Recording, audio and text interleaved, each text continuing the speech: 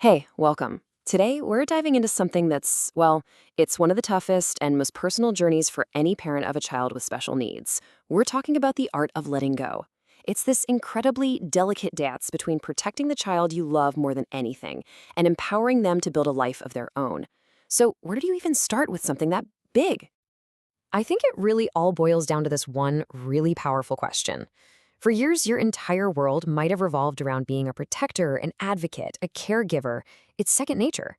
So, how in the world do you start to shift that role when every single instinct in your body is screaming at you to keep them safe, to hold on tight? You can think of this whole journey as walking a tightrope. Seriously. On one side, you've got the absolute need for safety and protection. That's non-negotiable.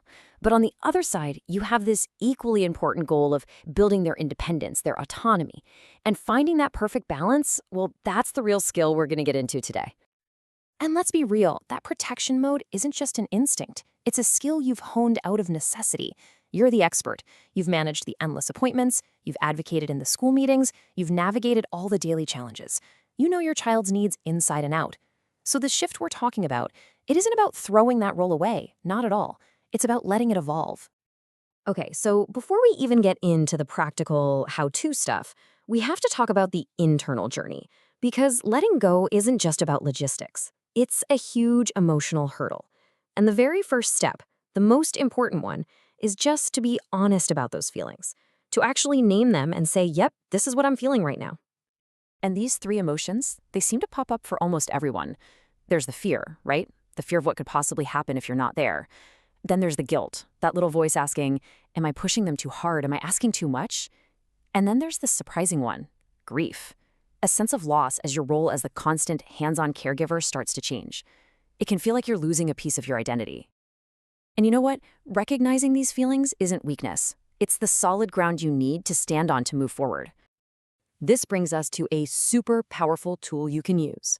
The next time you feel that pull, that urge to jump in and take over, just pause for a second and ask yourself this question.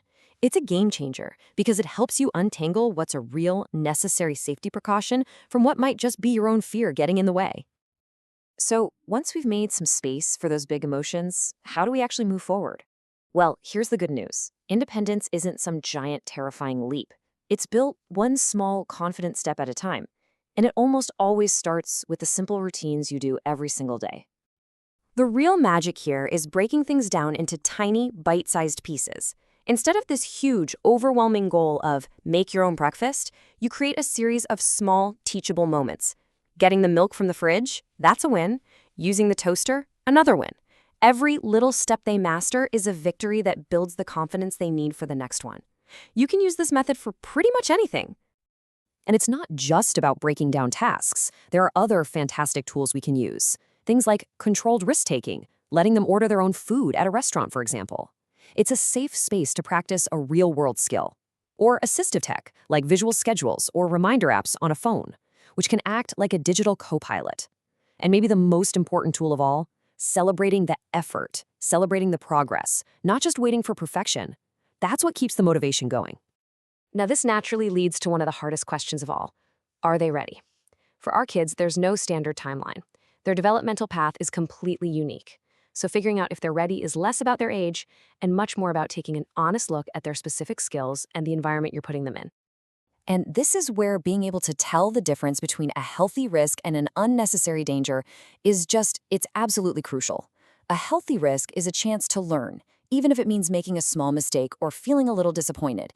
An unnecessary danger, on the other hand, is a situation that could lead to real harm. Our goal isn't to wrap them in bubble wrap and eliminate all risk. It's to avoid true danger while embracing all those amazing chances to grow. And what happens when things don't go right? Because let's face it, sometimes they won't. That's okay. It is not a failure.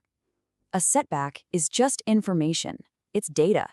It's a chance to stop, look at what happened, maybe adjust the support system a little bit, and then, when everyone's ready, try again. Building that resilience is just as important for you as it is for them. Here's something really important to remember. A huge part of letting go is realizing that you don't have to do it all by yourself. In fact, you can't. Real independence isn't about being totally alone.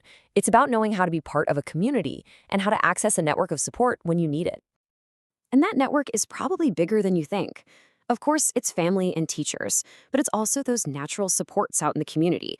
That kind neighbor, the librarian who knows their name, or the friendly cashier at the grocery store. Taking the time to educate these allies and connecting with other parents who get it, that's how you build a real web of safety and encouragement. So, as we start to wrap up, I want you to hold on to this idea. The phrase letting go can sound so negative, like you're losing something or abandoning your post. But I want you to reframe it. It's not abandonment. It's the ultimate act of empowerment. And that's really the heart of it, isn't it? Every single small, hard step you take on this journey is a gift you're giving your child. It's the gift of being able to speak up for themselves, the gift of making their own choices, and the profound gift of living a life filled with dignity and purpose. So I'll leave you with this final thought. It doesn't have to be a giant leap tomorrow. Just think about it. What is one small, manageable step you and your child can take together this week? Whatever you choose, know that it's a step in the right direction. Thanks so much for joining me today.